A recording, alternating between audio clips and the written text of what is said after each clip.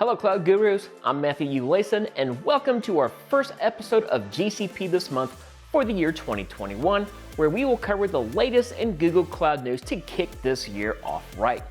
Overall, it's been a pretty light month news-wise over the holidays. However, we have some new announcements on Bixby, that's right, Bixby, new AI solutions for retail, and my predictions on what to expect in cloud computing in 2021 and more. So sit back, relax, grab yourself a nice cup of coffee or tea, and enjoy this episode of GCP This Month.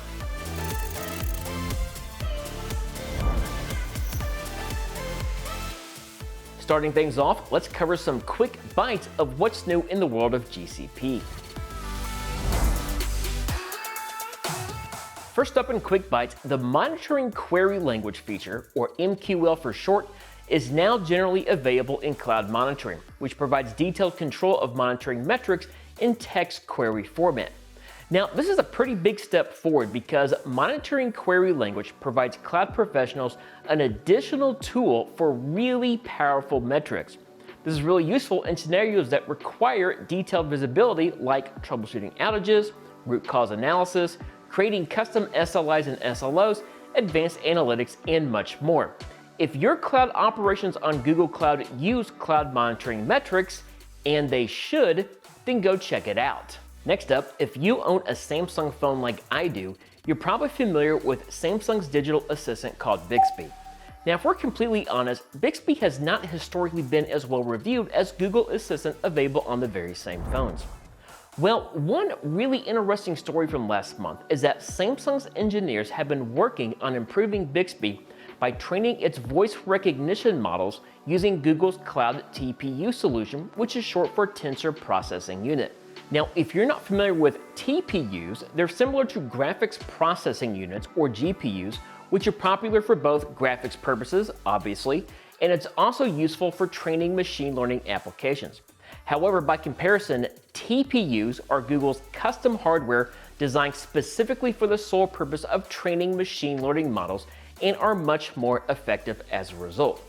Anyway, the main takeaway from this is that by using Google Cloud's scalable Cloud TPU solution, Samsung's engineers were able to train Bixby's voice recognition models 18 times faster than their previous on-premises solution, which is of course a massive improvement. This improved training will hopefully ultimately result in better digital assistant options on Samsung's phones and devices, which is ultimately good for everyone.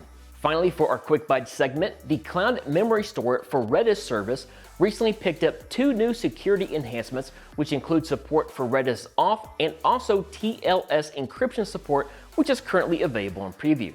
Now, for those of you who are not familiar with either option, Redis Off is a command in Redis that authenticates a user or an application with a password-protected or otherwise restricted Redis server. And TLS encryption is a popular encryption method for in-transit data between a client and a server, so overall, more security options, always a good thing. Now, let's move on to our big story of the month in our GCP Gems segment. Just in time for the holiday shopping season, Google has launched a suite of AI solutions for retailers. Now, more than ever, retail shops face really big new challenges, with the pandemic adding substantial strain to the economy. To survive, companies, especially retail companies, need to meet the needs of their customers better than ever before. To help these retail businesses gain that competitive edge they need, Google has launched a suite of AI solutions called Product Discovery Solutions for Retail, which is actually 3 different services all rolled up into one package. First up, the Recommendations AI service is a turnkey solution to guide potential customers to products they are much more likely to purchase based on millions and millions of previous data insights. This is done because the more in tune a retailer is to their customers' needs, the more likely that customer will ultimately make a purchase. Next up is a service called Product Search, which uses Google Cloud's Vision API service to help customers search for products based on photographic images, therefore guiding them to similar products on the retailer site to purchase.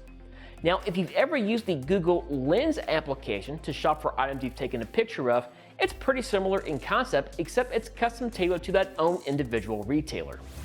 And third, we have a product called Google Cloud Search for Retail, which, as its name implies, is just like having your own Google search engine for your online store. This means that a customer can type a search query on your online portal, which actually uses the power of Google search technology to bring up the exact product they're looking for. Pretty cool stuff. Altogether, this suite of products aims to help businesses gain just that little bit of a competitive edge to provide better customer experiences and overall boost their business. Wrapping things up, I actually want to switch gears for a moment and look forward to the next year and speculate what themes we are going to see for Google Cloud and the Creator Cloud industry in general. Now, of course, there will be new managed services announced here and there, that much is obvious. However, I think the much bigger theme that we are going to see is a continued shift toward open source powered services. Many of Google Cloud's newest services like Eventarc, which is used for connecting other services to Cloud Run, are built upon an open source framework foundation.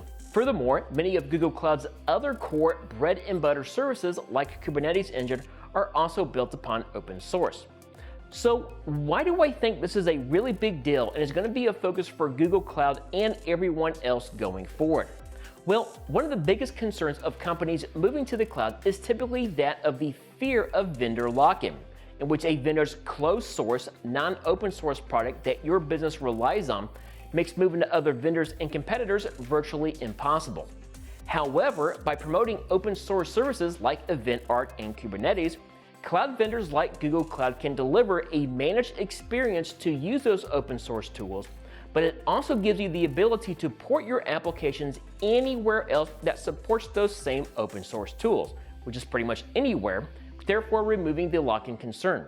Therefore, I strongly believe that the cloud vendor that gives customers the ability to shop elsewhere, but choose to stay where they are, well, those will be the ones that will gain that competitive edge in 2021 and further. So what do you think? I would love to hear your thoughts on what the coming year will look like for Google Cloud and the cloud industry in general.